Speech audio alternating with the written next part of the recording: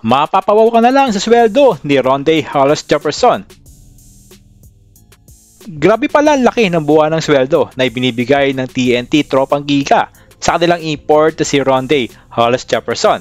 Kaya ganoon na nga lang kakayod kalabaw ang 6'5" American import ng katropa. Ngayong final series ng TNT at Ginebra, 47 minutes ang average playing time ni RSJ, kung saan naglaro ito ng 48 minutes o walang substitution na naganap noong Game 2 at Game 3, habang 44 minutes naman noong Game 1 dahil pinaupo na ito bago matapos ang 4th quarter, kung saan tinambakan na nila ang Ginebra. Kagabi naman wala na sanang balak magpahinga ang naturalized import ng Jordan kung hindi lang nagkaroon ng cut sa bandang noon nito. Ayon nga sa kilalang sports writer na si Homer Sison, kumikita di umano ng $70,000 o halos katumbas ng 4 million pesos kada buwan si RSJ. Mahigit triple sa alam nating pasahod ng mga PBA teams sa kanilang import na umaabot lamang ng $20,000 to $25,000 kada buwan. Kaya nga si RSJ, pinagkatrabuhan niya ng gusto ang pinapasahod sa kanya ng TNT Tropang Giga. Kahit Marino ang reigning PBA Governor's Cup Best Import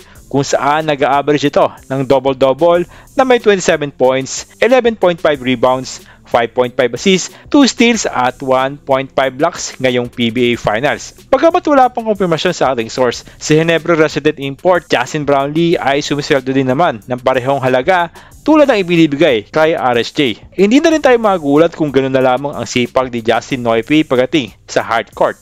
Kagabi nga ay nagdiwang ang milyon-milyong Ginebra fans dahil naitabla ng Gin Kings ang serye sa 2-2 matapos ang heroic game ng kanilang import na si Brownlee. Naging motivation para kay Brownlee ang pagkait sa kanyang muli na makuha ang PBA Best Import Award. First quarter pa lang uminit na agad ang Gilas naturalized player. 15 points kaagad ang pinakawalan at nagtala nga ito ng 34 points sa buong laro. Pero totoong bayani noong Game 4 ay ang dalawang bagong salta sa Ginebra. Yan ay walang iba kundi sina Maverick Hanmincy at Stephen Holt. Sabi nga ng mga fans, parang nawala na ang finals jitter ng dalawa matapos magising at talagang hindi mapigilan ang kanilang offensive firepower. Dahil nga dyan, nakatulong ito sa naghihingalong opensa ng Ginebra na hindi noon makita sa nakaraang Game 1 at Game 2 ng serye. Hindi rin natin pwedeng baliwalain ang suporta ng 6-man ng Barangay Ginebra. Yun ay walang iba kundi ang kanilang mga Never Say Die fans na lumusob sa Smart Araneta Coliseum upang suportahan ang kanilang pinakamamahal na Barangay Ginebra. At syempre, para asarin na rin si Poy Eram.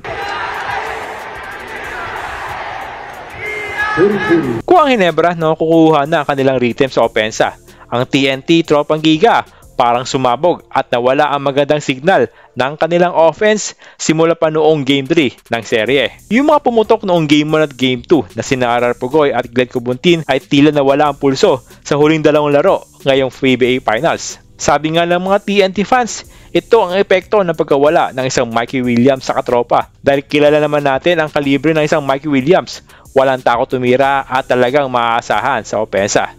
Ang TNT at Ginebra Katropa Series ay masabi natin na fun to watch. Kaya sana nga ay umabot ang sering ito sa Game 7 dahil sulit talaga kung papanoorin ang dalawang team na ito, lalo na ang match-up ng kanilang mga import na sina Justin Brownlee at Rondae Hollis Jefferson. Kayo ba mga kabola?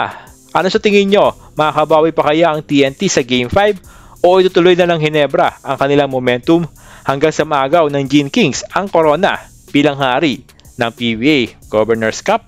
Tara, pag-usapan natin yan.